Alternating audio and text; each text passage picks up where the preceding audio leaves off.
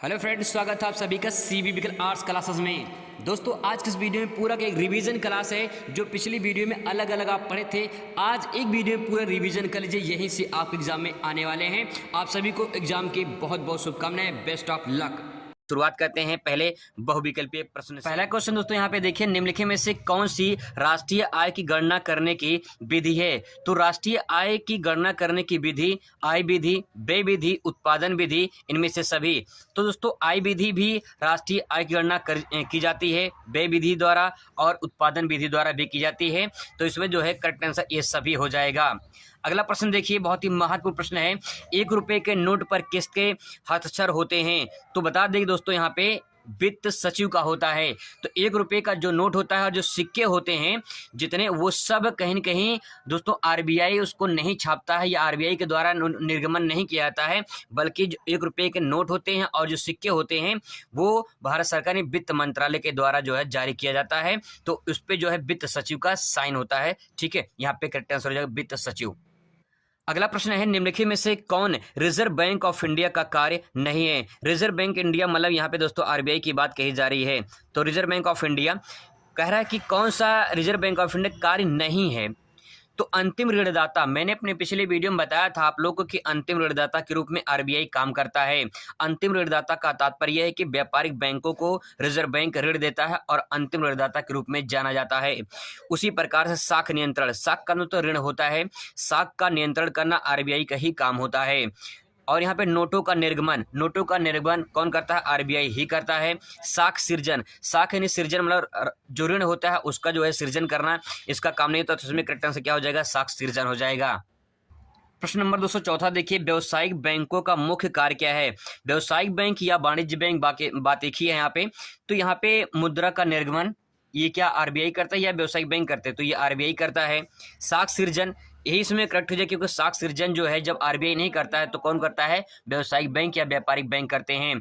मुद्रा पूर्ति का नियंत्रण ये भी आरबीआई के द्वारा ही होता है। और विमुद्रीकरण मतलब कि नोटों को जो है जैसे पुराने जो नोट है, जैसे जब 2000 के नोट नए आए थे और 1000 500 के नोट बंद हुए थे, तो विमुद्रीकरण मतलब ये होता है कि नए नोट जारी करना, पुराने बंद कर देना। ठीक है, आगे देखिए क्वेश्चन नंबर 5 देखिए, मुद्रा विकास का सही अनुक्रम कौन सा है? मुद्रा विकास का मतलब कि मुद्रा आई तो पहले क्या आया था, उसके बाद क्या है, उसके बाद क्या है, तो उसका सही अनुक्रम क्या है? वस्तु मुद्रा पहले आई, पत्र मुद्रा, धातु मुद्रा। ठीक है, तो यहाँ पे दोस्तों वस्तु मुद्रा तो पहले आई थी यहाँ पे, लेकिन धातु मुद्रा उसके बाद आई, फिर उसके बाद जो है पत्र मुद्रा बाद में आई। तो यहाँ पे आंसर नहीं है। दूसरा देखिए, वस्तु मुद्रा, धातु मुद्रा, पत्र मुद्रा, उसके बाद शाख मुद्रा। तो यहाँ पे दोस्तों जो बी वाला सही है, ये सही हो जाएगा, बी वाला ऑप्शन। ठीक है, ये बी सही है, इसमें बी वाला। शाख मुद्रा का मतलब होता है कि शाख में से चेक होता है, बैंड, हुंडी सब होते हैं, ये शाख मुद्रा के अंतर्गत आते हैं। जैसे चेक होता है, बैंक चेक वगैरह, ये सब होते हैं। ठीक है, इसमें दूसरा जो है करेक्ट आंसर हो जाएगा। आगे देखिए, बहुत ही महत्वपूर्ण प्रश्न है ये।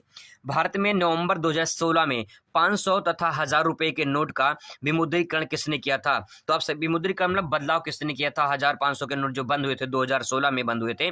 यहाँ पे अलग से भी क्वेश्चन बन सकता है कि 500 के 1000 के नोट कब बंद किए गए थे? तो 2016 में बंद किए थे। किसके द्वारा? भारत सरकार के द्वारा बंद किया गया था। ठीक है, अगला प्रश्न दोस्तों पूछ सकता है कि आरबीआई ने भारतीय रिजर्व बैंक की स्थापना कब की थी? तो 1935 में करेक्ट आंसर इसका हो जाएगा।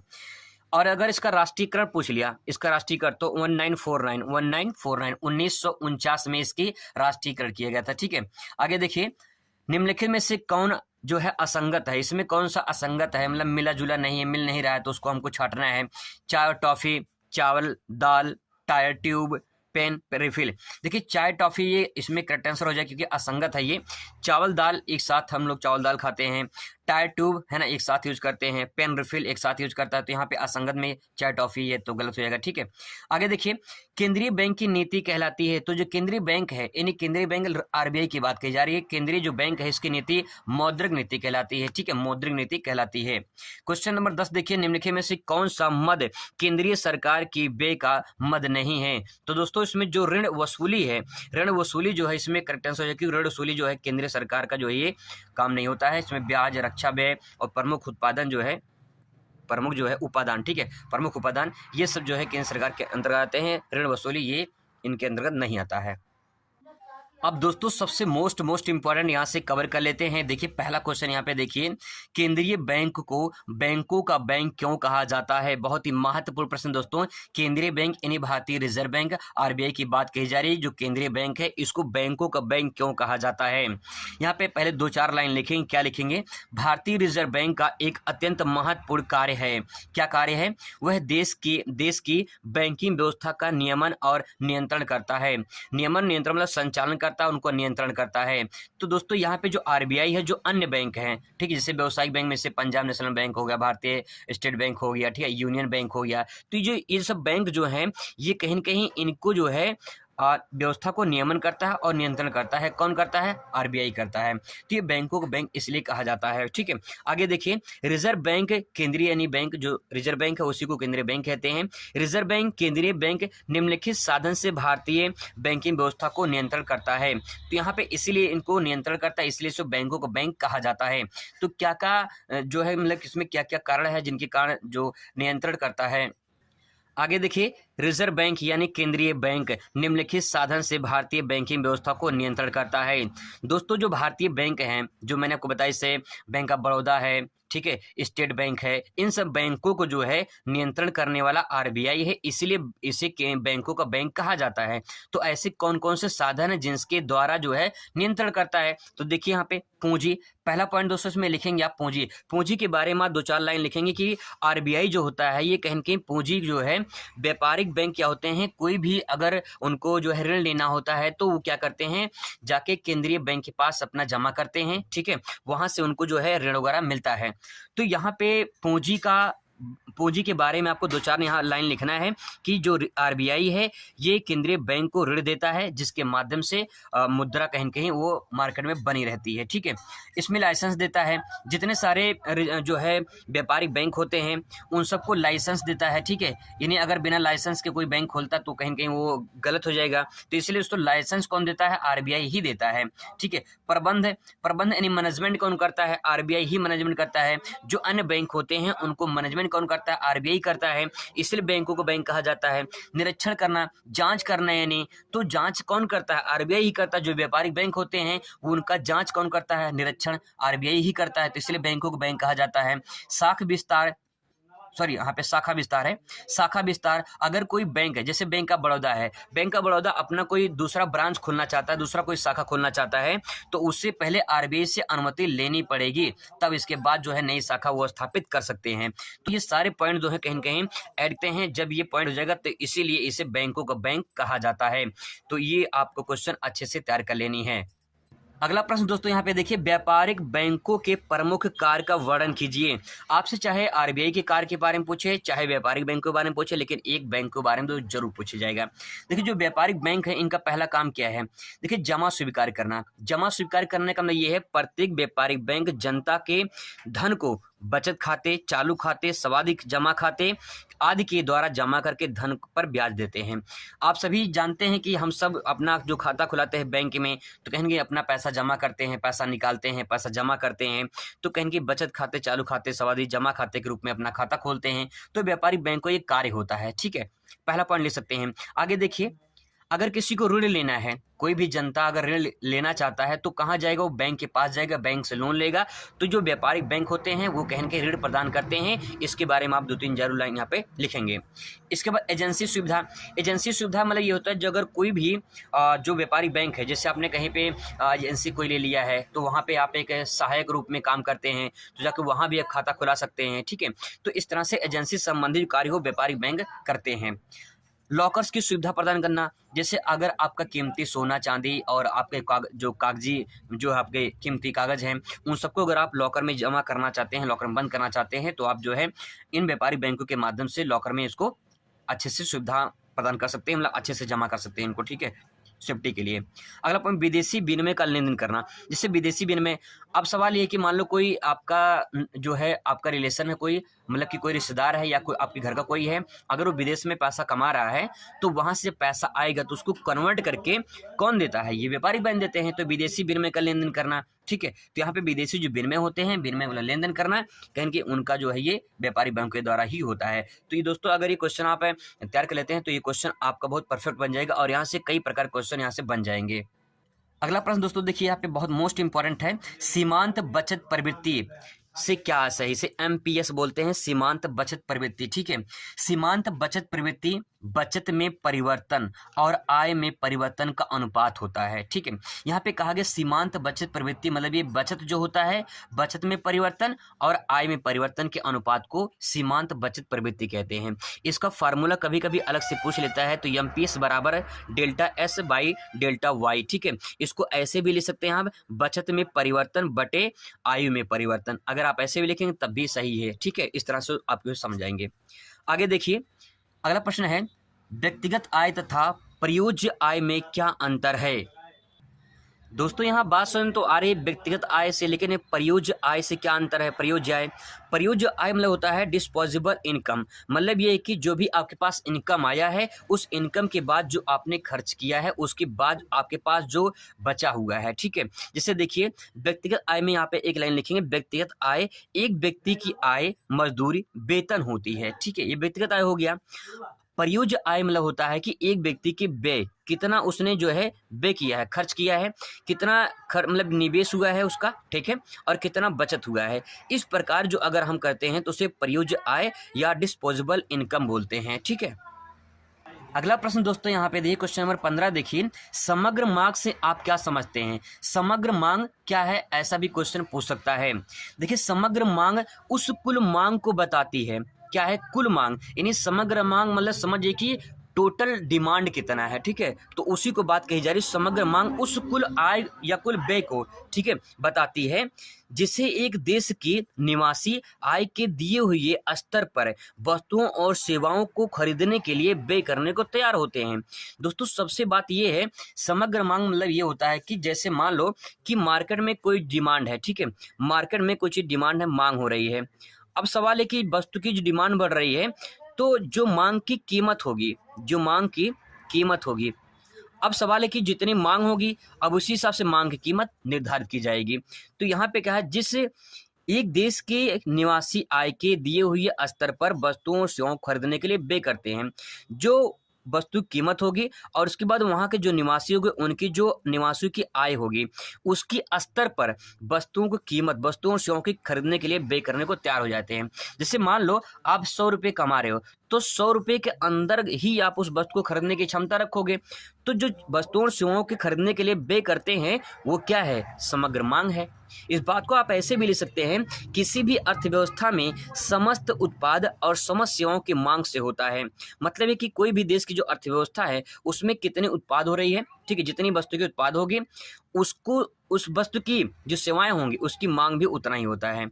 ठीक है, आप इस बात को दोस्तों बस इतना समझे एक लाइन में कि जो देश के निवासी होते हैं उनकी जितनी आय होती है और उसी आय के आधार पर वस्तुओं और सेवाओं खरीदने के लिए तैयार हो जाएं, तो उसे कहते हैं समग्र मांग। ठीक है, आगे देखिए, अगला प्रश्न देखिए दोस्तों, ये प्रश्न है जैसे कि यहाँ पे क्वेश्चन है, उपभोग की सीमांत प्रवृत्ति क्या है।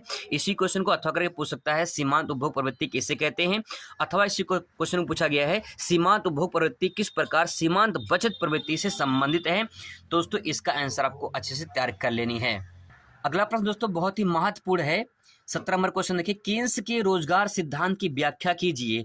केन्स के रोजगार सिद्धांत की व्याख्या कीजिए। केन्स के रोजगार सिद्धांत के सिद्धांत में आप हेडिंग डालेंगे और उसके बारे में लिखेंगे। पहले सबसे पहले क्या लिखेंगे, देखिए सन 1929 में 1933 से मतलब 1929 से 1933 तक विश्वव्यापी महामंदी के समय जो आर्थिक समस्याएं उत्पन्न हुई, उन्हें प्रतिष्ठित आर्थिक सिद्धांत सुलझाने में पूर्णतः असफल रहे। मतलब ये दोस्तों, जो महामंदी आई थी अमेरिका में 1929 में, विश्वव्यापी मंदी पूरे दुनिया में आई थी, वो पूरी दुनिया में प्रभावित किया था जो अमेरिका महामंदी आई थी, उसी को आर्थिक समस्या को उत्पन्न हुई। अब सवाल है, प्रतिष्ठित आर्थिक सिद्धांत सुलझाने में जो है पूर्णतः असफल रहे। मतलब कि जो प्रतिष्ठित मतलब अर्थशास्त्री, मतलब बहुत सारे अर्थशास्त्री सिद्धांत दिए इन्होंने, लेकिन उसको सुलझाने में असफल रहे। अतः तत्कालीन अर्थशास्त्रियों को आर्थिक सिद्धांतों और नीतियों पर विचार करने के लिए बाध्य होना पड़ा। ठीक है, आगे देखिए, इसमें कहा गया है, विश्व प्रसिद्ध लेखक प्रोफेसर केन्स अपनी पुस्तक general theory of employment interest of money and money में, अपनी पुस्तक में, इनकी पुस्तक का नाम है, इनको अलग से भी आपको ध्यान में रखना है, इनकी पुस्तक से पूछ सकता है, विस्तृत तथा सूक्ष्म अध्ययन के आधार पर यह स्पष्ट किया है कि प्रतिष्ठित अर्थशास्त्रियों के रोजगार संबंधी विचार असंगत या अव्यवहारिक होने से साथ साथ अत्यंत भ्रामक भी है। दोस्तों इनके रोजगार सिद्धांत की कुछ बातें हैं, इसमें थोड़ा सा बातें आपको समझना है। पहला पॉइंट ये है कि 1929 में जो महामंदी आई थी, उस महामंदी की आर्थिक समस्याएं हुई और उन आर्थिक समस्याओं से प्रतिष्ठित अर्थशास्त्रियों ने कुछ आर्थिक सिद्धांत दिए गए, लेकिन वो असफल रहा। इसके बाद जो है तत्कालीन अर्थशास्त्रियों के आर्थिक सिद्धांतों और नीतियों पर विचार करने के लिए बाध्य होना पड़ा। मतलब कि अब इन अर्थशास्त्रियों को आर्थिक सिद्धांतों पर कहीं न कहीं एक नीति बनानी पड़ेगी। अगर वो सही तरीके से नीति बनाई नहीं गई तो कहीं न कहीं समस्या आगे और बढ़ सकती है। इसीलिए विश्व प्रसिद्ध लेखक प्रोफेसर केन्स ने अपनी पुस्तक का नाम अलग से आपको याद कर लेना है, general theory of employment, interest and money, ठीक है। अपनी पुस्तक विस्तृत सूक्ष्म अध्ययन के आधार पर यह स्पष्ट किया है। इन्होंने इनमें इस पुस्तक में स्पष्ट रूप से कहा गया है कि प्रतिष्ठित अर्थशास्त्रियों के रोजगार संबंधी विचार, जो प्रतिष्ठित अर्थशास्त्री थे जिन्होंने रोजगार संबंधी विचार दिए थे, वो विचार अव्यवहारिक है और साथ साथ अत्यंत भ्रामक भी है। मतलब ये संतुष्ट नहीं है पूरी तरह से। जो अर्थशास्त्री ने इसमें बातें कही हैं, उनके बातों से ये जो है स्पष्ट नहीं है और पूरी तरह से संतुष्ट नहीं है, क्योंकि कहा गया है इनके संबंधित जो विचार हैं वो असंगत हैं, ठीक है। मतलब सही से मिल नहीं रहा है, अव्यवहारिक है, उनका व्यवहार जो कहीं न कहीं उससे संबंधित नहीं है और साथ साथ अत्यंत भ्रामक है। कहीं न कहीं समस्या ये है कि वो पूरी तरह से सही सटीक नहीं बैठ रही है। जो इसमें प्रोफेसर केन्स कहना चाह रहे हैं कि जो अर्थशास्त्री इसमें कहना चाह रहे हैं वो पूरी तरह से विचार उनका सही नहीं है। अगला प्रश्न दोस्तों यहाँ पे ले सकते हैं, सिद्धांत की व्याख्या करना है आपको यहाँ पे। तो सिद्धांत की व्याख्या में क्या क्या यहाँ पे व्याख्या कर सकते हैं? रोजगार प्रभावपूर्ण मांग पर निर्भर करता है, अर्थात हम कह सकते हैं प्रभावपूर्ण बराबर कुल उत्पादन बराबर कुल आय बराबर कुल रोजगार। अब सवाल ये है कि अगर कोई भी रोजगार प्रभावपूर्ण है तो कहीं न कहीं उसका उत्पादन, देखिए अगर कहीं न कहीं प्रभावपूर्ण है तो कुल उत्पादन भी सही बराबर होगा, और जो कुल उत्पादन अच्छा होगा तो कुल आय भी सही होगा, और कुल आय अच्छा होगा तो रोजगार भी अच्छा रहेगा। अब इस बात को उल्टा समझिए, अगर कुल रोजगार बढ़िया है, ठीक है, तो कहीं न कहीं कुल आय रोजगार मिलेगा तो कहीं न कहीं आय अच्छा रहेगा तभी रोजगार मिलेगा, और जो आय अच्छा रहेगा तो कहीं उत्पादन भी अच्छा रहेगा, और उत्पादन है कहीं उसका प्रभाव कहाँ पड़ेगा? रोजगार पर पड़ेगा। तो वही बात यहाँ पे कही जा रही है कि सिद्धांत में इस बात को व्याख्या की गई है। आगे देखिए, प्रभावपूर्ण मांग फलन तथा कुल पूर्ति फलन द्वारा निर्धारित होती है। ये आपका पॉइंट इसमें ग्राफ वाला आ जाएगा कि प्रभावपूर्ण जो मांग फलन है कुल पूर्ति फलन द्वारा निर्धारित होती है। अगला पॉइंट ले सकते हैं, कुल पूर्ति फलन अल्पकाल में स्थिर रहती है, अतः प्रभावपूर्ण मांग पर मुख्य प्रभाव कुल मांग फलन का ही पड़ता है। दोस्तों इन सिद्धांतों में 2-4 पॉइंट आपको यहाँ पे लिख देना है कि सिद्धांत में क्या क्या कहा गया है। अगला प्रश्न देखिए दोस्तों, राजस्व घाटा क्या है अथवा राजस्व घाटे से आप क्या समझते हैं? तो देखिए यहाँ पे पहले निकलेगा राजस्व घाटा क्या है, ठीक है। राजस्व घाटा का तात्पर्य राजस्व व्यय तथा राजस्व आय के अंतर को राजस्व घाटा कहते हैं। जो राजस्व आय है, सिंपल सी बात आप समझिए कि आपके पास जितनी आय है उसमें से कितना व्यय हुआ है, इन दोनों का जो अंतर होगा वो क्या हो जाएगा? राजस्व घाटा हो जाएगा। जैसे मान लीजिए आप 1000 रुपये कमा रहे हो, ठीक है, और इसमें से जो है आपका 1500 रुपये खर्चा हो रहा है, तो घाटा कितने का? 500 रुपये का। तो यही जो बचेगा, यही जो आएगा व्यय, ये क्या हो जाएगा? आपका राजस्व घाटा हो जाएगा, ठीक है। आगे देखिए यहाँ पे प्रश्न देखिए, राजस्व घाटा और राजकोषीय घाटा में क्या अंतर है?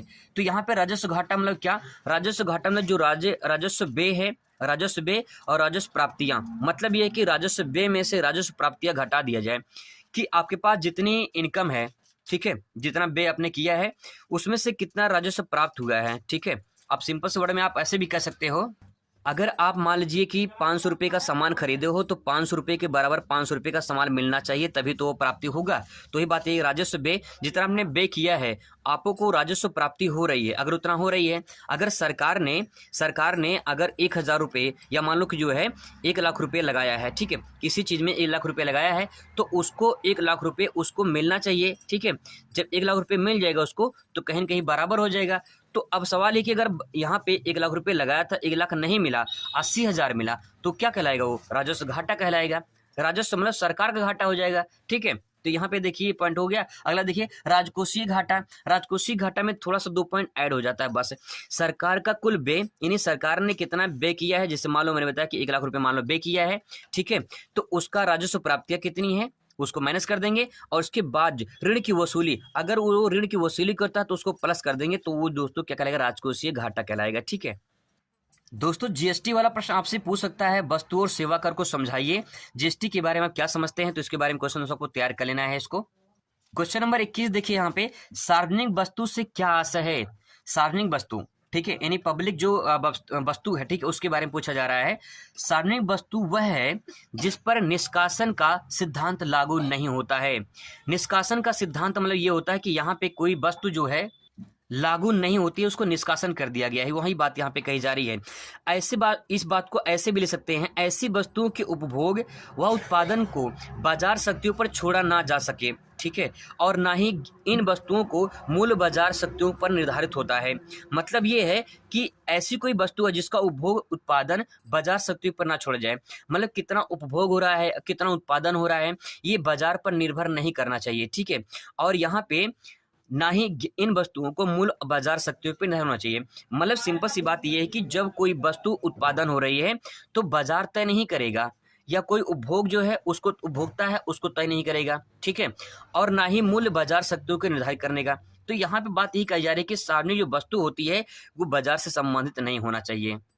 अगर ये इसमें कहीं कि बाजार इस बात को तय करता है कि अगर आपने वस्तु को उत्पादन किया है, उस वस्तु का दाम इतना है, तो समस्या हो जाएगी। अगर आपने मान लेते हैं कि आपने जो है आपने उस वस्तु को जो यहाँ पे, जैसे मान लो आपने 100 रुपये का पूरा कास्ट लगा आपको उत्पादन करने में, अगर आप जो है कहीं न कहीं वस्तु को 100 रुपये में अगर नहीं बेच पा रहे हो, अगर उस जो मार्केट है, मार्केट उसको 90 ले रहा है, तो आपने जो लागत लगा था 100 रुपये का, तो आपका लागत कितना मिल रहा है, 90 रुपया, तो घाटा होगा कि नहीं होता है। तो यही दोस्तों बात यही कही जा रही है कि अगर बाजार मूल्य तय करेगा तो कहीं की समस्या हो जाएंगे। आगे प्रश्न देख लीजिए, विदेशी विनिमय पर टिप्पणी लिखिए। इस क्वेश्चन को आपको तैयार कर लेनी है। इस स्थिर एवं परिवर्तनशील विनिमय दरों में अंतर बताइए, क्वेश्चन दोस्तों आपको तैयार कर लेनी है। गुणक क्या है विवेचना कीजिए, ये भी आपको तैयार कर लेना है। लास्ट क्वेश्चन दोस्तों 25वां देख लीजिए, भुगतान संतुलन से आप क्या आशय है या भुगतान संतुलन से क्या समझते हैं। भुगतान संतुलन हेडिंग डालेंगे और लिखेंगे आयात और निर्यात के बीच राशि के अंतर को भुगतान संतुलन कहते हैं। भुगतान संतुलन तब होता है जब आयात और निर्यात इन दोनों के बीच में कहीं के संतुलन स्थापित हो जाए। इस बात को आप ऐसे भी ले सकते हो, किसी भी देश का भुगतान संतुलन उसके संपूर्ण विदेशी लेन देन का एक विवरण होता है और इसे अंतर्राष्ट्रीय भुगतान संतुलन भी कहा जाता है। तो भुगतान संतुलन का मतलब ये होता है कि कोई भी संपूर्ण जो विदेशी लेन देन होते हैं उसका एक विवरण होता है कि कितना आयात हुआ कितना निर्यात हुआ, उन दोनों का जो अनुपात होगा यानी रेशियो बराबर होगा तो उसे हम क्या कहेंगे, भुगतान संतुलन। निम्नलिखित में से कौन सा व्यष्टि अर्थशास्त्र का एक उदाहरण नहीं है। तो दोस्तों सबसे पहले आपको ये समझना पड़ेगा कि व्यष्टि अर्थशास्त्र क्या होता है। व्यष्टि का मतलब आप सिंपल वर्ड में समझे छोटा अर्थशास्त्र, ठीक है। तो यहाँ पे इस अर्थशास्त्र के अंतर्गत यानी व्यष्टि जो अर्थशास्त्र है, ठीक है, यानी माइक्रो, ठीक है, जैसे सिम होता है, सिम में सबसे छोटा वाला जो भाग होता है उसे माइक्रो सिम बोलते हैं, वैसे ही अर्थशास्त्र में यानी सबसे छोटे की बात हो रही है। तो एक व्यक्ति की बचत ये छोटे में आ जाएगा, एक फॉर्म की कीमत स्तर ये भी छोटे में आ जाएगा, एक गृहस्थ का उपभोग ये भी छोटे में आ जाएगा। लेकिन यहाँ पे दिया गया अर्थव्यवस्था में समग्र मांग, मतलब एक देश की जो अर्थव्यवस्था उसमें जो डिमांड हो रही है उसकी बात कही जा रही है, तो ये व्यष्टि का नहीं बल्कि समष्टि का हो जाएगा, ठीक है। तो यहाँ पे करेक्ट आंसर क्या हो जाएगा, अर्थव्यवस्था में समग्र मांग। तो यहाँ पे पूछा गया व्यष्टि अर्थशास्त्र का एक उदाहरण नहीं है, तो नहीं में क्या हो जाएगा, अर्थव्यवस्था में समग्र मांग, ठीक है। आगे देखिए, विलासिता की वस्तुओं की मांग की कीमत लोच होती है। सेंटेंस थोड़ा समझने की कोशिश करिएगा कि विलासिता की वस्तु की मांग की लोच होती है, तो इसमें करेक्ट जो आंसर हो जाएगा वो हो जाएगा इकाई से अधिक। इकाई से अधिक जो है विलासिता की वस्तु की मांग की कीमत की लोच होती है।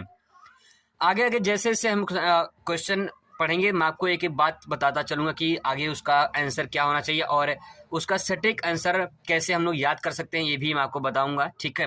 पहले इसको समझ लेते हैं, पहले थोड़ा सा रिवीजन कर लेते हैं। निम्नलिखित में से कौन सा समष्टि अर्थशास्त्र का विषय नहीं है। देखिए यहाँ पूछा है समष्टि का मतलब माइक्रो पूछा है, माइक्रो नहीं है माइक्रो है, माइक्रो इकोनॉमिक्स, ठीक है। तो यहाँ पे राष्ट्रीय है, विदेशी विनिमय, मांग का नियम और सार्वजनिक व्यय। यहाँ पूछा है समष्टि अर्थशास्त्र का विषय नहीं है, जैसे यहाँ पे पूछा था कि यहाँ पे व्यष्टि अर्थशास्त्र का विषय नहीं है, वैसे यहाँ पूछा गया समष्टि अर्थशास्त्र का विषय नहीं है। तो जो मांग का नियम है, ठीक है, ये जो है इसमें करेक्ट हो जाएगा, ये जो है इसमें नहीं आएगा, ठीक है। आगे देखिए, निम्नलिखित में से किसका व्यष्टि अर्थशास्त्र के अंतर्गत अध्ययन किया जाता है। तो मैंने अभी बताया कि व्यष्टि अर्थशास्त्र का मतलब माइक्रो इकोनॉमिक्स। तो यहाँ पे कपड़ा जो उद्योग हो जाएगा ये इसमें करेक्ट हो जाएगा। बेरोजगारी, प्राथमिक क्षेत्र और ये सभी ये जो है कहीं न कहीं इसमें। अगला प्रश्न देखिए, चाय की कीमत में वृद्धि से चीनी की मांग में क्या होगी। तो यहाँ पूछा है कि चीनी की मांग में क्या होगी। अगर चाय की कीमत बढ़ती है तो चीनी की डिमांड जो मांग है वो क्या होगा, कमी होगी, स्थिरता होगी, वृद्धि होगी या इनमें से सभी होगा। तो क्या होगा, देखिए जब कीमत बढ़ती है, ठीक है, जब कीमत बढ़ती है तो जो मांग होती है, जो डिमांड होती है वो कम हो जाती है। तो यहाँ पे क्या हो जाएगा, कम हो जाएगा, ठीक है, क्योंकि भाई कोई सिंपल सी बात, कोई अगर चीज बढ़ेगी दाम उसका तो कम हो जाएगा। है निम्नलिखित में से एक अनाधिमान वक्र की विशेषता कौन नहीं है। तो करेक्ट आंसर इसमें हो जाएगा ए। आवश्यक नहीं है कि दो अनाधिमान वक्र सदैव एक दूसरे के समांतर हों, ठीक है, ये इसमें वक्र बनेगा, डायग्राम बनता है, तो उसका बारे में चर्चा हम लोग करेंगे। यहाँ पे देख लीजिए, किसी वस्तु की ये उपभोक्ता द्वारा मांग 10 इकाई है, ठीक है, ध्यान से प्रश्न देखिए, किसी वस्तु की ये उपभोक्ता द्वारा वस्तु की मांग 10 इकाई है, 10 इकाई की ओर, और उपभोक्ता द्वारा 20 इकाई की है, तो बाजार की मांग क्या होगी। दोस्तों इस बात को समझने की कोशिश करिएगा। यहाँ पूछा गया है कि कोई उपभोक्ता ये है, ठीक है, इस बात को ऐसे समझिए, आपको समझ में आ जाएगा। जैसे मान लीजिए पूछ रहा है प्रश्न कि कोई ए उपभोक्ता है, ठीक है, उसका नाम ए है, और कोई उपभोक्ता है, कंज्यूमर कोई है, वो 10 इकाई जो है 10 यूनिट उसकी डिमांड है, ठीक है, इसकी 10 यूनिट कितना है, क्या है, मांग है। कोई वस्तु है, ए उपभोक्ता 10 इकाई मांग रहा है, ठीक है, और जो बी उपभोक्ता है वो 20 इकाई मांग रहा है। तो टोटल यहाँ पूछा है कि बाजार में मांग क्या होगी। देखिए 10 इकाई ये मांग रहा है, 10 इकाई ये, 10-20 इकाई ये मांग रहा है, ठीक है, तो कितना हो जाएगा, 30 इकाई हो जाएगा, सिंपल। अगर आप जैसे आप दो दोस्त हैं, कोई एक का नाम ए है, किसी का नाम बी है, आप गए हो, ठीक है, आपने जो है 10 रुपये का सामान लिया, किसी ने 20 रुपये का सामान लिया, तो टोटल कितना हुआ, 30 रुपया हुआ। वही चीज़ यहाँ बताना चाह रहा है, ठीक है। तो किसी वस्तु की ये उपभोक्ता द्वारा मांग 10 इकाई है, जो उपभोक्ता ए है वो 10 इकाई मांग रहा है, और जो बी उपभोक्ता है वो 20 इकाई मांग रहा है। तो बाजार की मांग क्या होगी, बाजार की डिमांड क्या हो जाएगी, 30 हो जाएगी, जुड़ जाएगी। तो राइट आंसर क्या हो जाएगा इसमें, 30 हो जाएगा, ठीक है। अब दोस्तों अगला प्रश्न दे सकते हैं, पूर्ण प्रतियोगिता के अंतर्गत होता है ए आर बराबर एम आर, ए आर से छोटा एम आर, या फिर ए आर से बड़ा ए एम आर, इनमें से कोई नहीं। तो दोस्तों यहाँ पे थोड़ा सा समझने की कोशिश करिए, मैं थोड़ा सा इस प्रश्न को आपको समझा दूं कि ये प्रश्न क्या कहना चाह रहा है। पूर्ण प्रतियोगिता का मतलब क्या होता है। पूर्ण प्रतियोगिता का मतलब कि जो बाजार है, जैसे कि बाजार है, ठीक है, जो बाजार है, इस बाजार में चाहे क्रेता हो, ठीक है, चाहे विक्रेता हो, क्रेता और विक्रेता भारी मात्रा में हो, ठीक है, तो बाजार पूर्ण होगा। बात समझ में आ रही है। अगर कोई बाजार है, उस बाजार में क्रेता और विक्रेता बड़ी संख्या में मौजूद हो तो उसे पूर्ण प्रतियोगिता कहेंगे, क्योंकि क्रेता और विक्रेता होंगे तभी जो है प्रतियोगिता होगी, और कैसी होगी, पूर्ण होगी। बात समझ में आ रही है। अब सवाल ये है कि ए आर और ए एम आर क्या है। देखिए ए आर का मतलब होता है ए आर और एम आर, ठीक है, ए आर का मतलब होता है एवरेज, एवरेज रेवेन्यू, ठीक है, इसको बोलते हैं एवरेज, इसको बोलते हैं एवरेज रेवेन्यू,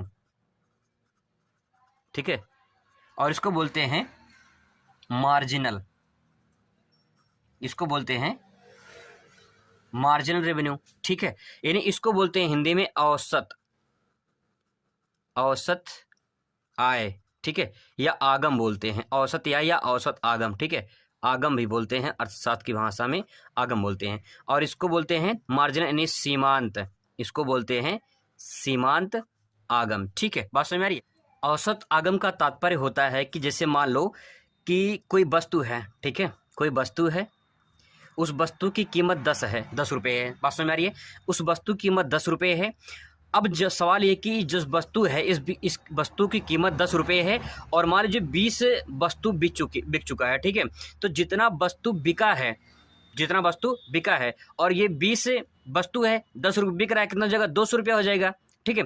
तो 20 वस्तु और 200 रुपया, ये इन दोनों को जो अनुपात होगा इसी को औसत आगम कहा जाएगा। बात समझ में आ रही है भाई। जितना वस्तु है कितने बिका है, वो जो निकालेंगे उसका औसत आय निकल जाएगा, ठीक है। ये तो हो गया औसत आय। अब देखिए सीमांत आय। सीमांत आय का मतलब ये होता है कि जो उत्पादन है उसका जो अतिरिक्त मूल्य होगा, जो उत्पादन है उसका जो अतिरिक्त मूल्य होगा उस मूल्य को ही सीमांत लागत कहते हैं। सीमांत का मतलब होता है कि जो लास्ट में हमें जो रेवेन्यू मिलती है उससे बोलते सीमांत। ठीक है, अब यहाँ पे कहा गया कि पूर्ण प्रतियोगिता कब होगा। देखिए सीमांत और ये जो है औसत है, तो इसमें जो है सीमांत और औसत में AR बराबर MR होता है, क्योंकि जब औसत आए सीमांत आए ये दोनों बराबर होंगे तभी पूर्ण प्रतियोगिता होगा। बात समझ आ रही है। आगे थोड़ी सी और इसमें लंबी जो है आप इसमें सेंटेंस जोड़ सकते हैं। आगे हम क्वेश्चन आंसर करेंगे तो उसमें समझने की कोशिश करेंगे कि औसत आय और जो है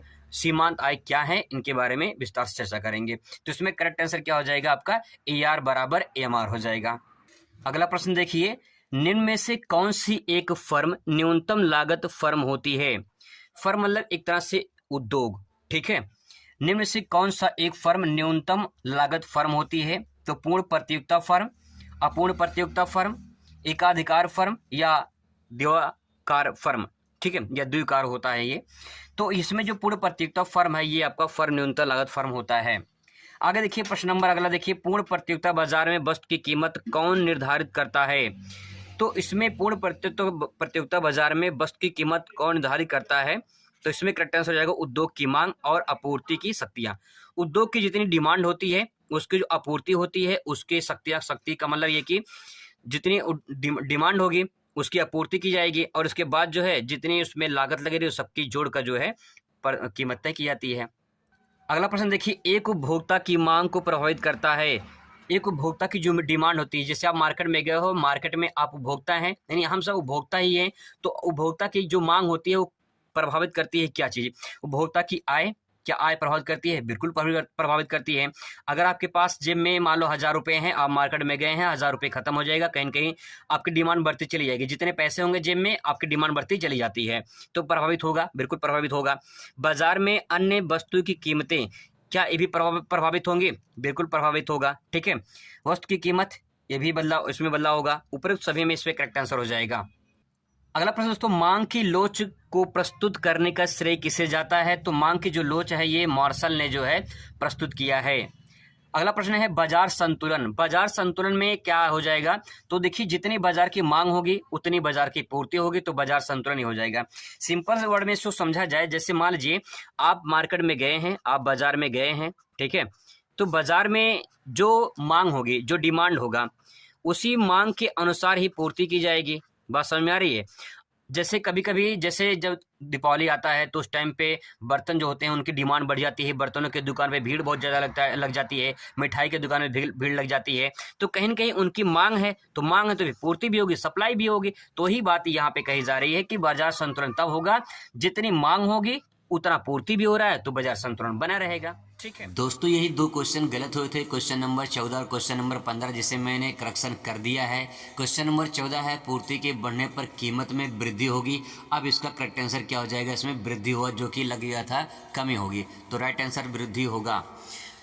अगला प्रश्न है क्वेश्चन नंबर 15, मांग के बढ़ने पर कीमत में कमी होगी। दोस्तों इसमें करेक्ट आंसर हो जाएगा जो कि पहला वाला ऑप्शन इसमें लग गया था।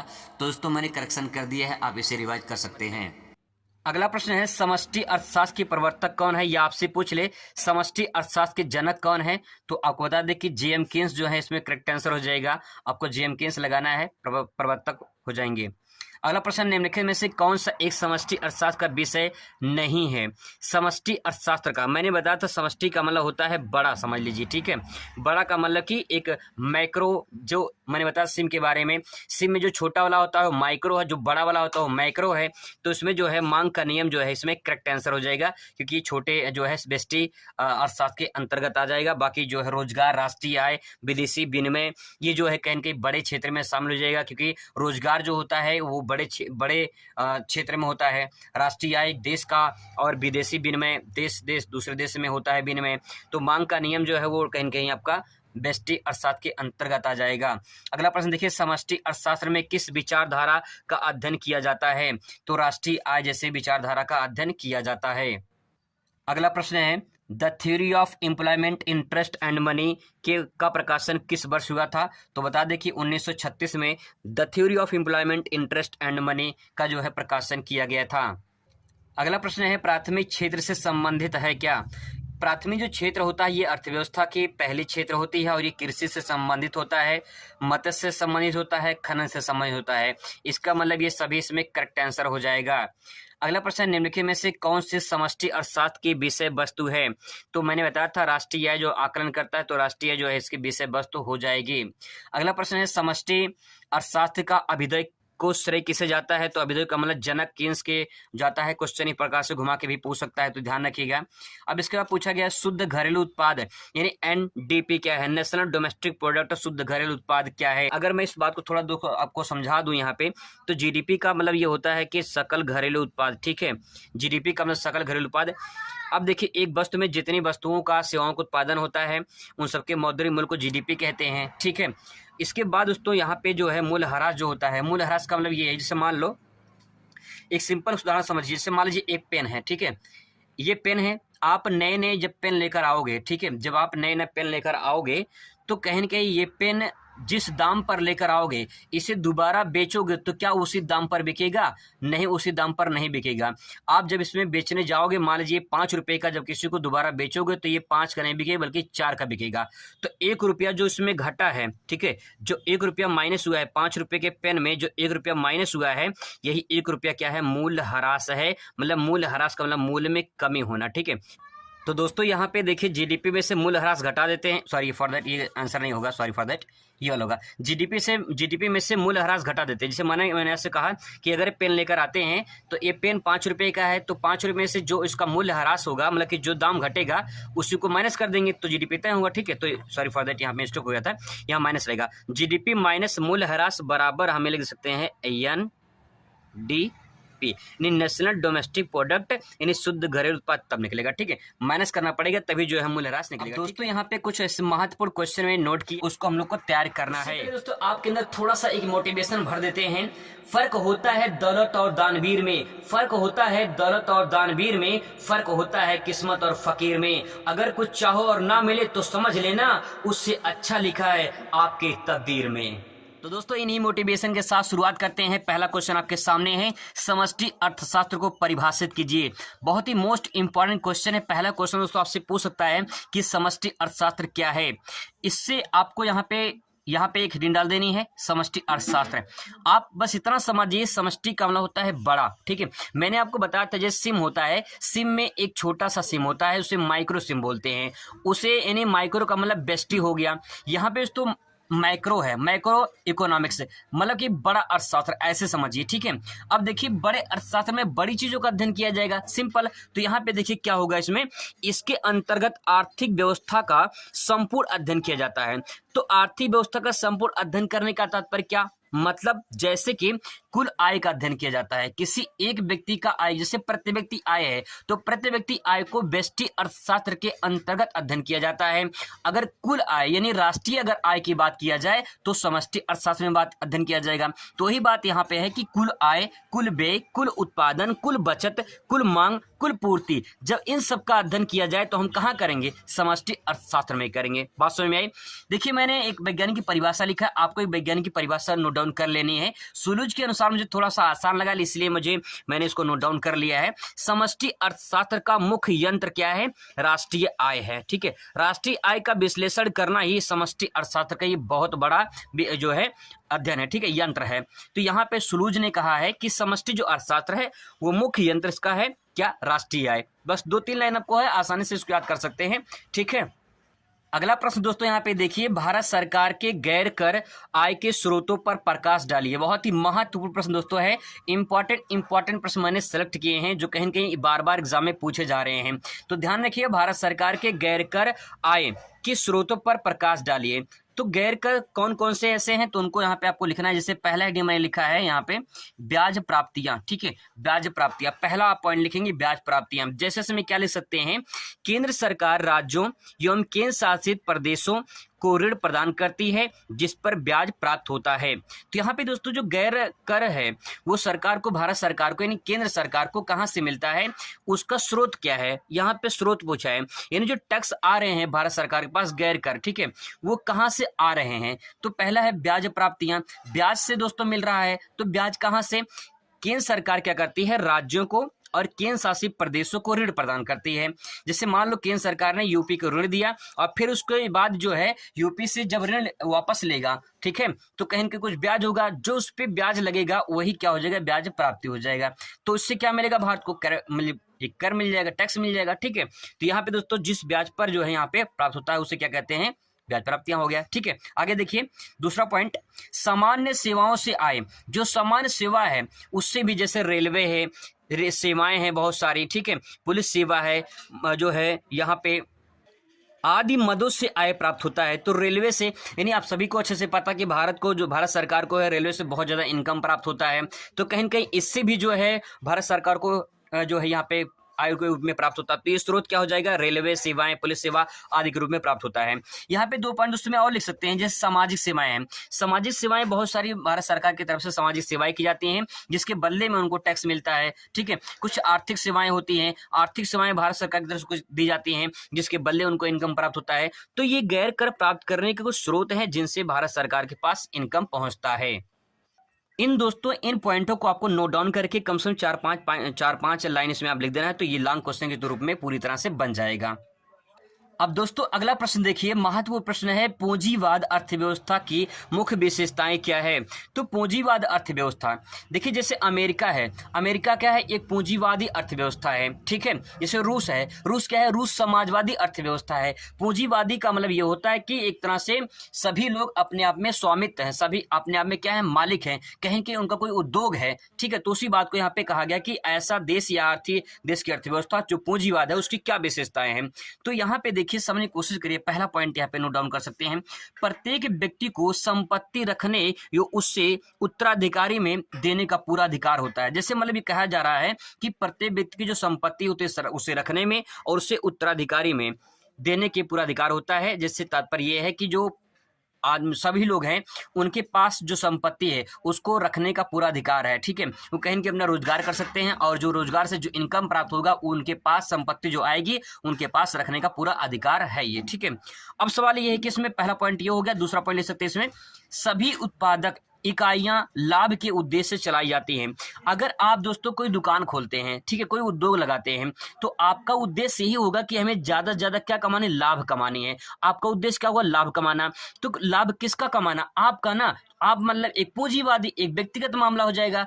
तो जो पूंजीवादी है, जो पूंजीवादी अर्थव्यवस्था हो जाएगा, उसमें सबका उद्देश्य यही होता है कि हमें ज्यादा से ज्यादा लाभ कमाना है। तो ये उसकी विशेषता हो जाएगी। बात समझ में आ रही है। अगला पॉइंट देखिए, तीसरा पॉइंट, वस्तु एवं साधन बाजार में प्रतियोगिता पाई जाती है।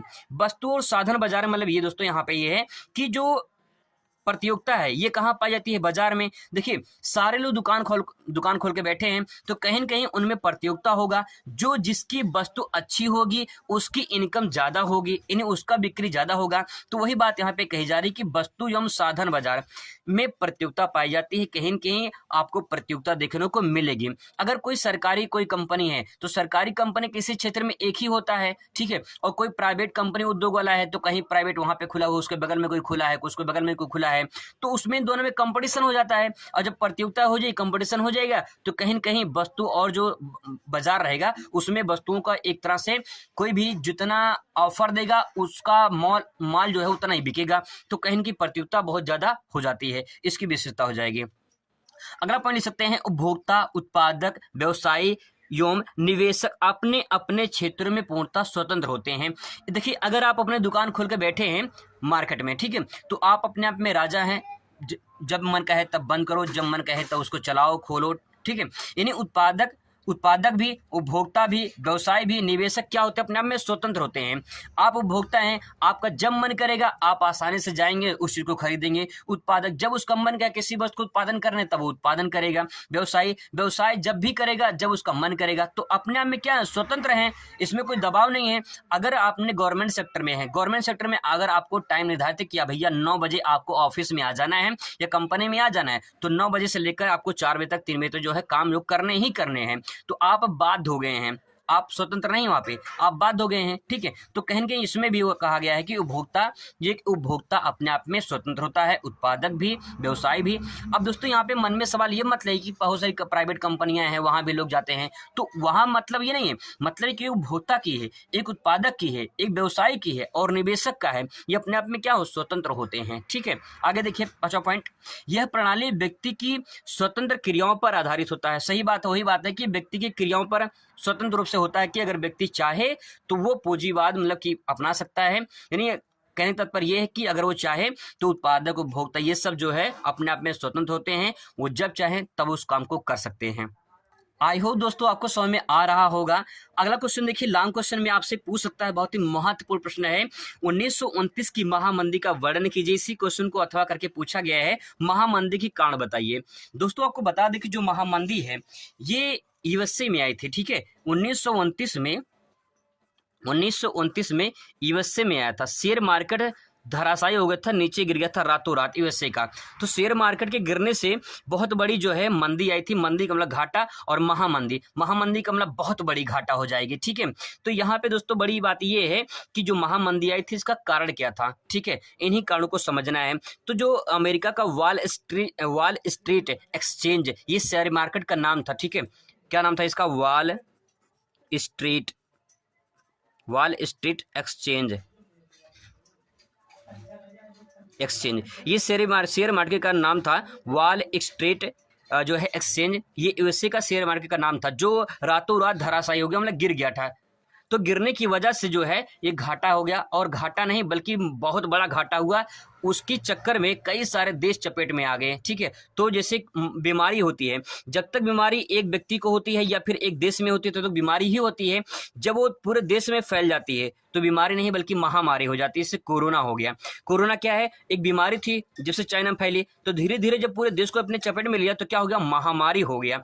तो वही चीज है यहाँ पे, घाटा तो हुआ यूएसए में, लेकिन घाटा ये बहुत बड़ा घाटा हो गया, क्योंकि बहुत सारे देश थे जो यहाँ पे शेयर मार्केट में पूंजी लगाए थे, तो उनका भी धराशायी हो गया, तो उनके भी असर पड़ा। तो जब असर पड़ा तो उनका भी घाटा हो गया। तो यूएसए का घाटा, फिर दूसरे देश का घाटा, फिर दूसरे देश का घाटा, तो मंदी नहीं बल्कि महामंदी आ गई। अब दोस्तों इसके बात करते हैं, व्याख्या करते हैं इसकी। महामंदी आपको हेडिंग डालना है, इसके बारे में थोड़ा 2-4 लाइन आपको लिखना है। क्या लिखना है देखिए, अक्टूबर 1929 ईस्वी में न्यूयॉर्क के शेयर बाजार में शेयर के मूल्य अचानक बहुत तेजी से नीचे आ गया, जिसके फलस्वरूप आर्थिक जगत में समस्या उत्पन्न हो गई। इसे 1929 ईस्वी को महामंदी कहा गया। दोस्तों यहाँ से अलग से क्वेश्चन पूछ सकता है बहुविकल्पीय में, अति लघु में, कि महामंदी जो है कब आई थी। तो 1929 में 1929 ध्यान रखिएगा, 1929। ठीक है, 1929 में महामंदी आया था। कहाँ पे आया था दोस्तों, ये अमेरिका में आया था। ठीक है, अमेरिका, न्यूयॉर्क के शहर यानी अमेरिका, ये कहाँ पे है, अमेरिका यानी यूएसए। ठीक है, यूनाइटेड स्टेट ऑफ अमेरिका यानी संयुक्त राज्य अमेरिका। तो न्यूयॉर्क के शेयर मार्केट जो था वो अचानक धराशायी हो गया, गिर गया था, अचानक गिर गया था, तो जिसके कारण जो है आर्थिक जगत में खलबली मच गई, समस्या उत्पन्न हो गई, और इसे 1929 का महामंदी कहा जाता है। ठीक है, आगे इसको लिख सकते हैं, प्रथम विश्व युद्ध के फलस्वरूप उत्पन्न क्षतिपूर्ति तथा युद्ध ऋण की समस्याओं ने विश्व की आर्थिक तंत्रों तथा अंतरराष्ट्रीय व्यापार के छिन्न भिन्न कर दिया था। बहुत समस्या दोस्तों हो गई थी जब प्रथम विश्व युद्ध हुआ था। समझने की कोशिश करिएगा, यहाँ पे कहा जा रहा है कि जो प्रथम विश्व युद्ध हुआ था उसमें उसकी क्षतिपूर्ति हुई थी। बहुत सारे देश थे जो प्रभावित हुए थे, कहें कि उनकी आर्थिक स्थिति खराब हो चुकी थी, जिसके कारण अंतरराष्ट्रीय व्यापार छिन्न भिन्न हो गया था, जिससे आर्थिक विश्व में आर्थिक संकट उत्पन्न हो गया था। मतलब जो ये प्रथम विश्व युद्ध हुआ था उसके बाद जो है कहीं न कहीं समस्या खड़ी हो गई। जब दो गुटों में लड़ाई होती है दोस्तों तो कहीं न कहीं नुकसान होता है, और नुकसान दोनों का होता है, और जो नुकसान होता है उसकी भरपाई बाद में करना पड़ता है। तो वही दोस्तों यहाँ पे समस्या आई थी कि प्रथम विश्व युद्ध के बाद आर्थिक जगत में पूरी तरह से संकट उत्पन्न हो गया था। दोस्तों जो पॉइंट यहाँ पे लिखा गया है प्रथम विश्व युद्ध, ये महामंदी से रिलेट करता है, क्योंकि बहुत सारे देश थे जिनकी आर्थिक स्थिति खराब हो गई थी, वो कहीं न कहीं अमेरिका से एक तरह से ऋण लिए थे। तो जब अमेरिका का शेयर मार्केट डाउन हुआ तो कहीं न कहीं उन पे भी प्रभाव पड़ा। तो ये पूरा का पूरा खेल जो है ये इससे रिलेटेड है। ठीक है, अब सवाल ये है दोस्तों कि क्या कारण था, तो थोड़ी सी परिभाषा होगी, थोड़ी सी जानकारी होगी कि महामंदी में क्या क्या हम ऐड कर सकते हैं। अब सवाल है कि महामंदी आई क्यों, इसका कारण क्या है। दोस्तों यहाँ पे महामंदी में कुछ पॉइंट आप यहाँ पे ले सकते हैं। जैसे पहला पॉइंट है मैंने लिखा है, आर्थिक महामंदी का प्रारंभ 1929 से 1933 तक रहा। तो यहाँ पे देखिए डेट है, लेकिन इसमें से आपको ध्यान में रखना है 1929 1929 से ध्यान में रखना है, ठीक है। 1933 तो चला था, लेकिन 1929 में इसकी शुरुआत हो चुकी थी और आपसे यही डेट पूछा जाता है। इसके बाद दूसरा पॉइंट इसमें ले सकते हैं, यह महामंदी 2 महायुद्धों के बीच का समय है।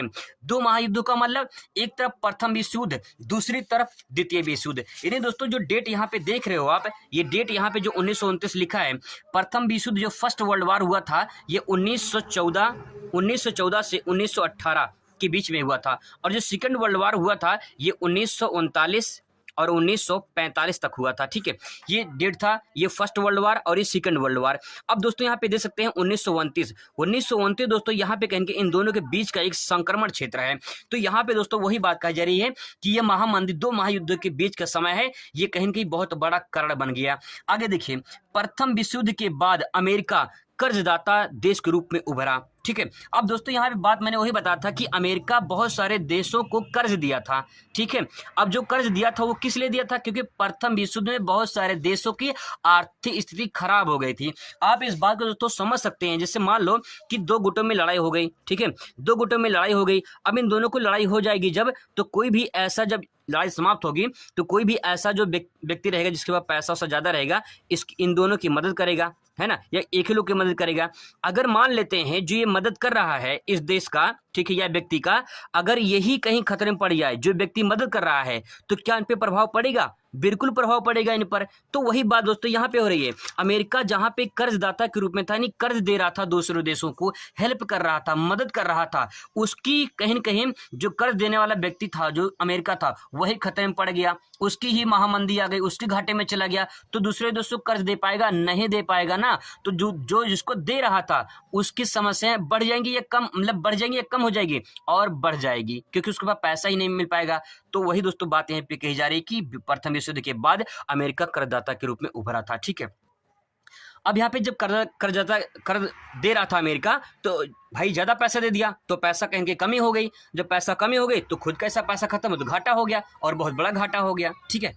आगे देखिए, कृषि उत्पादों के दाम नीचे आ गए जिससे किसान घाटे कारण कर्ज में डूब गए। अमेरिका पैसा देता चला गया। इसके बाद जब पैसा ही नहीं रहा तो कृषि उत्पादों में जो कमी आ गई, क्योंकि किसान कच्चे माल नहीं खरीद पा रहे थे, तो जिसके कारण कच्चे माल में नहीं खरीद पा रहे तो कृषि नहीं हो पा रही थी। जब कृषि नहीं हुई तो जैसे कहीं न कहीं समस्या खड़ी हो गई, कृषि नहीं होगी तो इनका मतलब जो रोजगार वगैरह है जो कृषि से मिलते हैं, जो कृषि से अन्य चीजें उत्पादन होते हैं, वो कहीं न कहीं कम हो गए, जिसके कारण बहुत सारी कंपनियां, बहुत सारे जो उद्योग थे वो डूब गए। तो किसान घाटे में आ गया और कर्ज का डूब गया। तो इसमें भी कारण ले सकते हैं। आगे देखिए,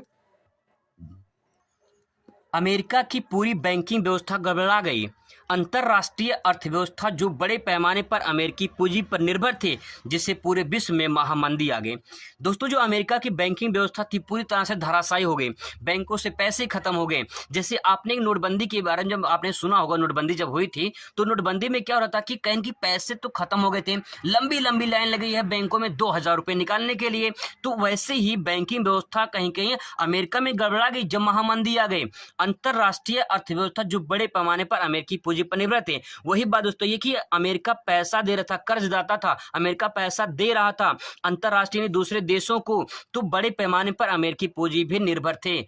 मतलब कि जिसपे जैसे आपको कोई पैसा दे रहा है और आप अपने उससे खर्चा चला रहे हैं, अगर उसको कुछ हो जाए, जो पैसा आपको दे रहा है, तो आपके ऊपर समस्या आएगी कि नहीं आएगी? बिल्कुल आएगी। तो जिससे महामंदी का दौर शुरू हो गया और बहुत बड़ा घाटा सामने आया। तो दोस्तों इसमें कुछ कारण है जिसे आप ले सकते हैं और आप अच्छे तरीके से इसको प्रेजेंट कर सकते हैं। ये क्वेश्चन अगर आएगा तो अच्छे तरीके से आप जरूर लिखिएगा, आपको पूरा नंबर जरूर मिलेगा।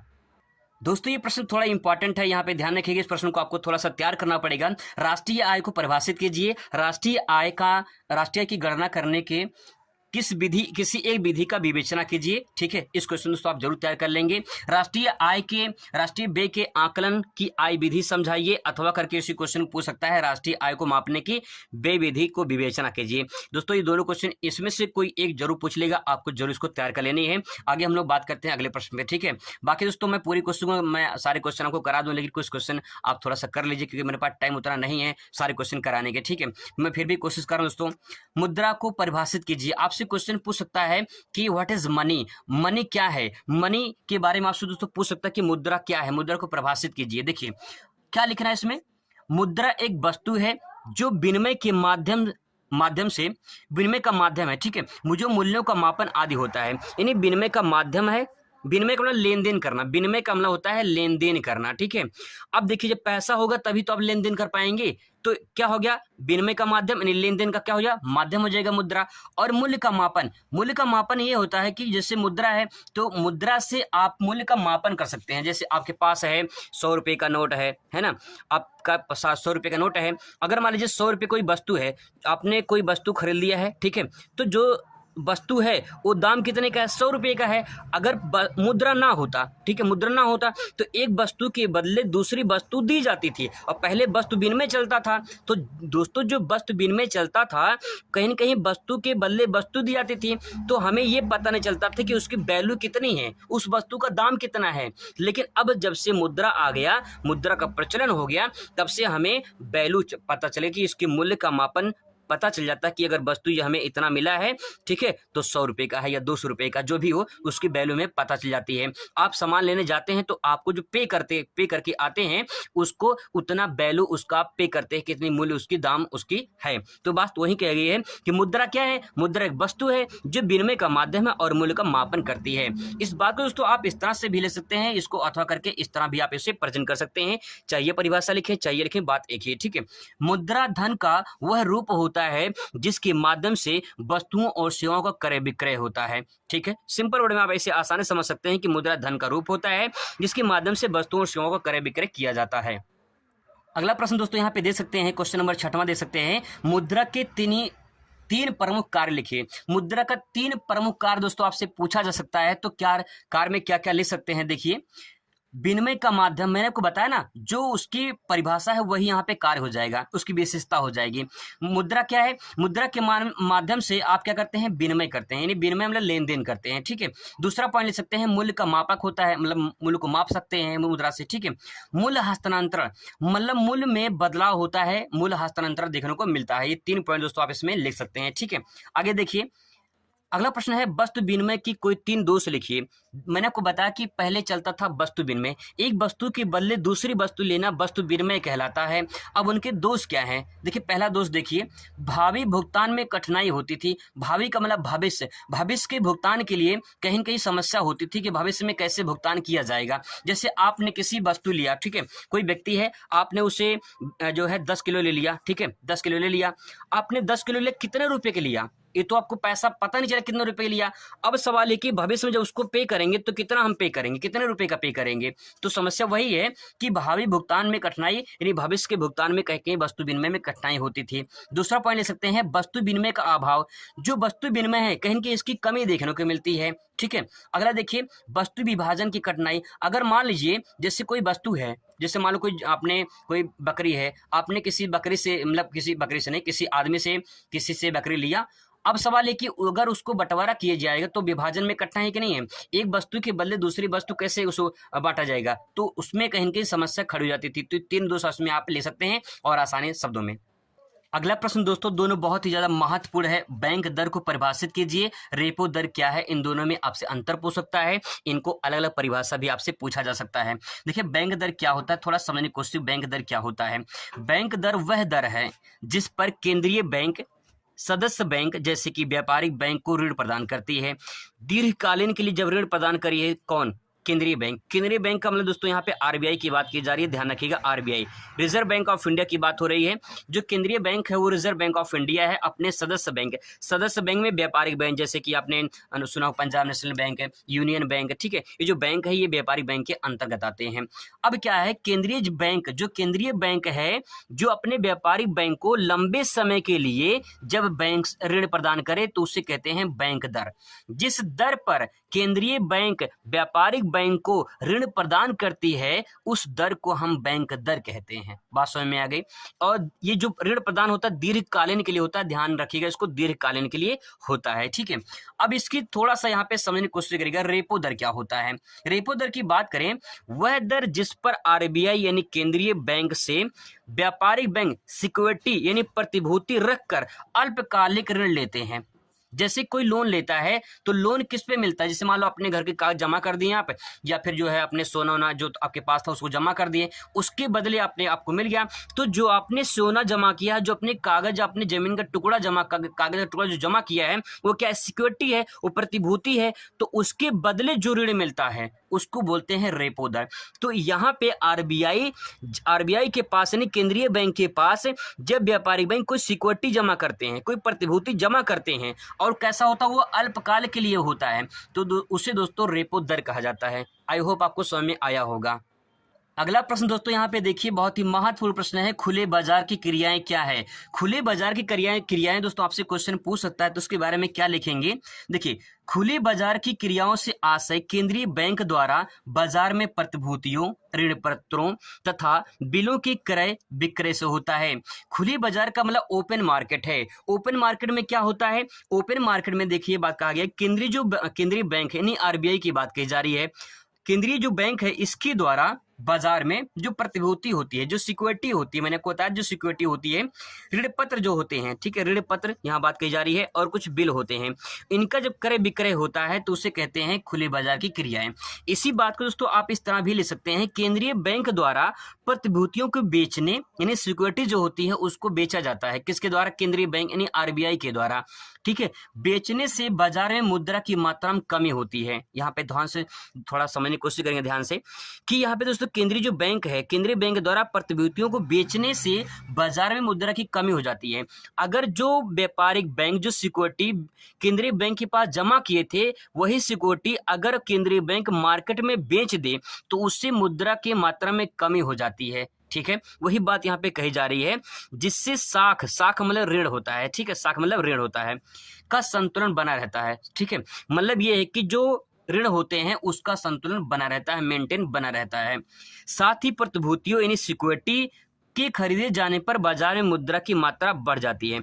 अगर कोई सिक्योरिटी खरीदता है, देखिए जब आरबीआई बेचता है तो मुद्रा की मात्रा में कमी होती है, और जो कोई खरीदता है, ठीक है, बाजार में खरीदता है सिक्योरिटी को तो उसकी मात्रा बढ़ जाती है तथा साख का विस्तार हो जाता है। यहाँ पे दोस्तों बात समझने की कोशिश करें, बहुत इंपॉर्टेंट फैक्ट दोस्तों यहाँ पे कहा गया है।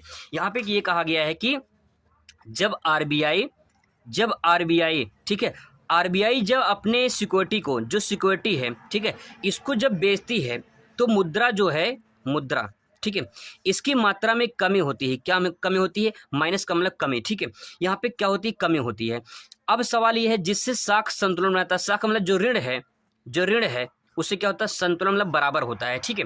आगे देखिए, आगे कहा गया है साथ ही प्रतिभूतियां सिक्योरिटी खरीदे जाने पर, अगर सिक्योरिटी कोई खरीदता है, ठीक है, खरीदता है सिक्योरिटी, तो खरीदे जाने पर बाजार में जो मुद्रा की मात्रा होती है वो मुद्रा की मात्रा क्या होती है दोस्तों, वो बढ़ जाती है, प्लस मतलब बढ़ जाती है। अब बढ़ जाती है तो साख जो विस्तार है, जो ऋण है, ऋण की मात्रा क्या हो जाती है, ऋण की मात्रा दोस्तों क्या हो जाती है, ये यहाँ पे उसका विस्तार होता है, मतलब बढ़ जाती है, ऋण की मात्रा क्या होती है, बढ़ जाती है। यही बात दोस्तों यहाँ पे कही जा रही है। आई होप दोस्तों कि आप धीरे धीरे समझ पा रहे होंगे। यहाँ पे देख लीजिए, अगला प्रश्न देख लीजिए, यहाँ पे केंद्रीय बैंक के प्रमुख कार्य की विवेचना कीजिए। यानी दोस्तों इसी क्वेश्चन को अच्छा करके पूछा गया है, reserve bank of India RBI के कार्यों का वर्णन कीजिए। ये बहुत ही मोस्ट इंपॉर्टेंट प्रश्न दोस्तों, ध्यान रखिएगा, आरबीआई के बारे में आपसे पूछ सकता है। यहाँ पे आपको ध्यान में रखना है कि आरबीआई की स्थापना 1935 में हुई थी। ठीक है, ये ध्यान रखिए, कभी कभी क्वेश्चन पूछ ले कि आरबीआई की स्थापना कब हुई थी, तो 1935 में हुई थी। अब यहाँ पे देखिए उसमें ले सकते हैं पत्र मुद्रा का निर्गमन करना। निर्गमन करना होता है एक तरह से जारी करना। ठीक है, जैसे कि आरबीआई क्या करता है, सिक्के और 1 रुपए को नोट को छोड़कर सभी नोटों का निर्गमन मतलब जारी करने वाला कौन है, आरबीआई है। देखिए सिक्के जो होते हैं, चाहे 1 रुपए का हो, चाहे 5 रुपए का, चाहे 10 रुपए का हो, इन सबको सिक्को छोड़कर और 1 रुपए का नोट को छोड़कर सभी जो नोट होते हैं वो आरबीआई के द्वारा निर्गमन मतलब जारी किए जाते हैं। ये पहला पॉइंट इसमें हो जाएगा आरबीआई की।